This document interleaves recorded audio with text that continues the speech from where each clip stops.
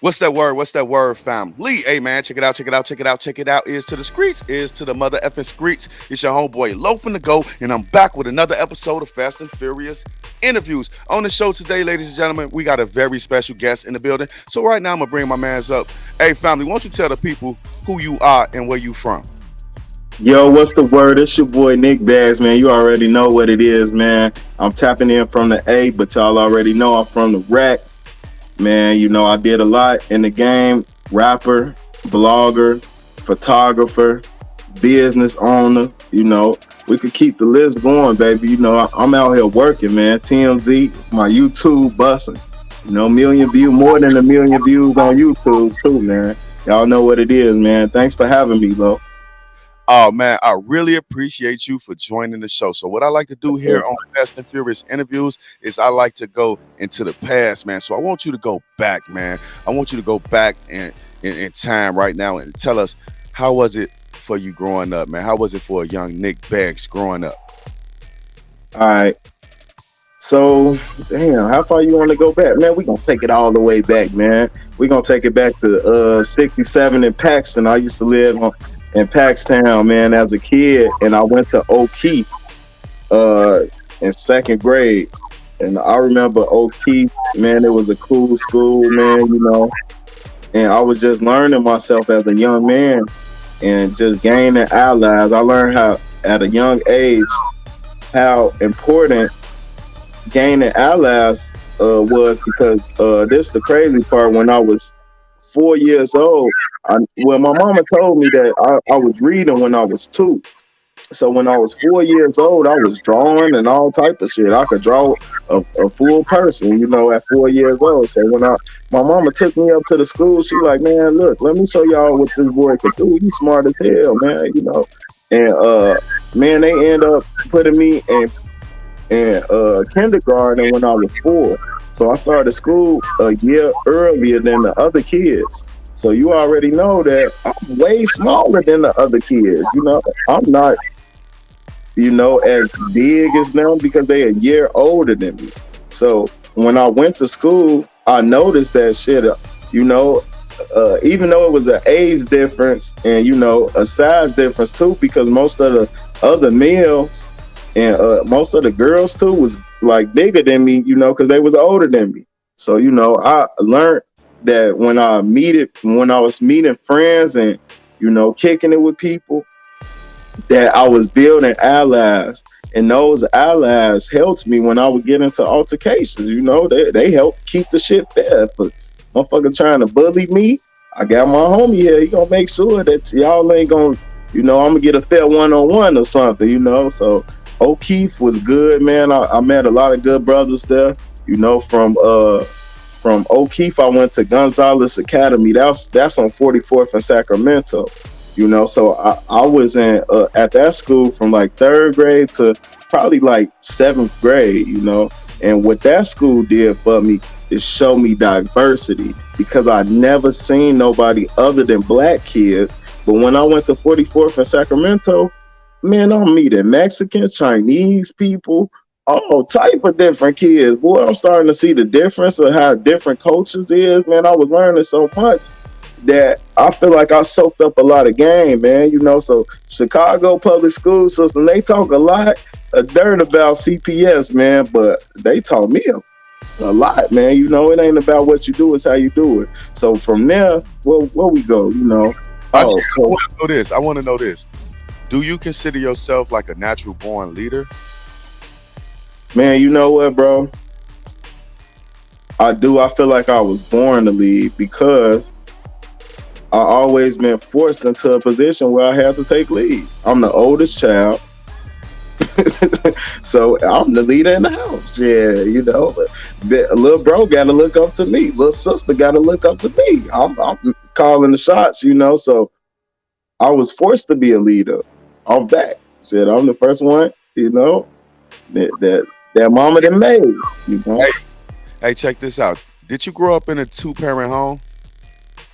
I didn't grow up in a two-parent home, man.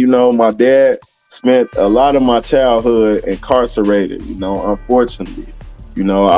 I I learned a lot about life with him going through what he went through at the time of my life. He did about 9 years in prison at one time. Altogether he probably did way more than that. Combined probably about 15 years. Let me ask you this: what type of man was your father? Man, you know what? My father was a good guy. Outstanding member. You know, real man, and I feel like he did the best he could. At times in my childhood, but for sure, in adulthood, he like a friend, and he really try to give me a lot of game. All Good right. brother. So now you making it. Now you making it into seventh, eighth grade, man. What was the difference between seventh grade and the grades before that?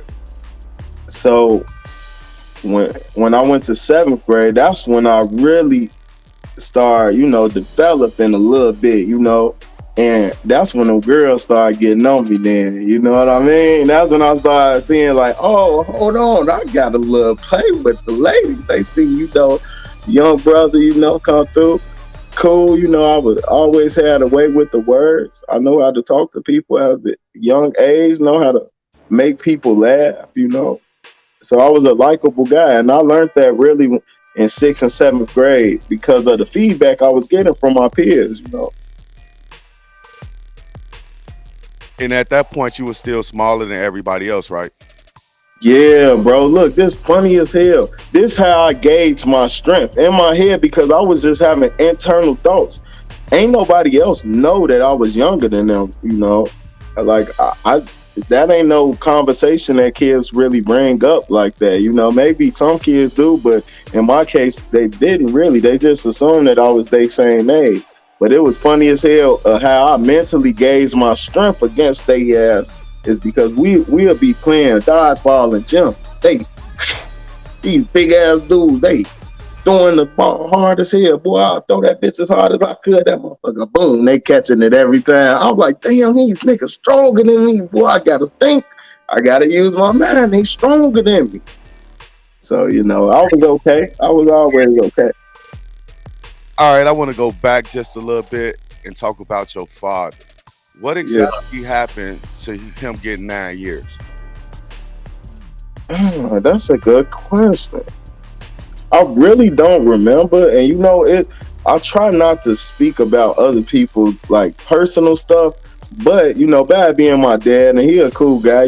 This like a guy that done really changed his life. He in Atlanta doing his thing. Making money too. So I'm sure he wouldn't mind. But I think he ended up catching like a attempted murder or something, and he had to. I think he ended up playing out to like 9 years or something. You know how they do it. Like it's probably double that time, and he actually did 9 straight. So they gave him a hefty sentence. That's a long time, boy. 9 years. Hey, check this out. You mentioned earlier that your father was an outstanding member.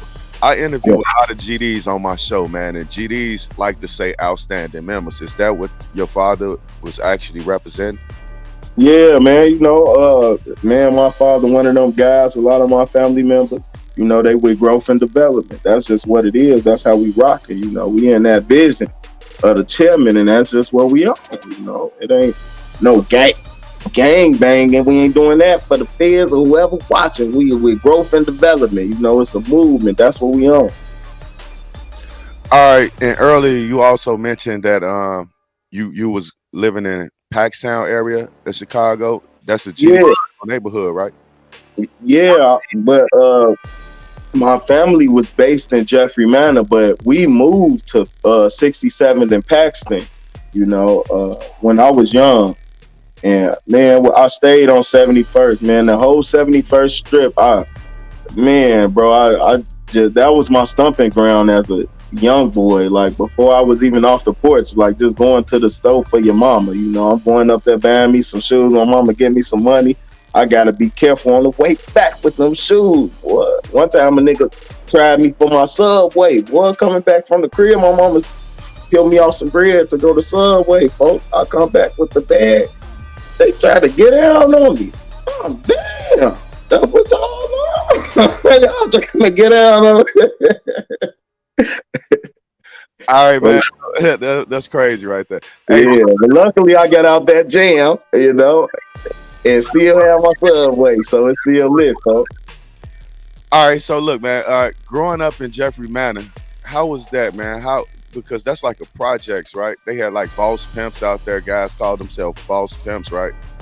Yeah, well, it's a fine line between like the boss pimp territory and like the gangsters. It's more JMG is the side of the manor that I was from. See, boss pimps was mostly they was like across by like 93rd, like Peel Hill. They call that Peel Hill, you know. But I'm not from that area, so this is just what I heard. I don't really know personally, no boss pimp, but I know about JMG. That's the side of the Jeffrey Manor that I'm from. I used to live on. Well, not I ain't lived there, but my family had a house on 97th and Oglesby. So Murder Park, all of those parks in the neighborhood. I just go up there as a kid, hooping, learning, all type of stuff.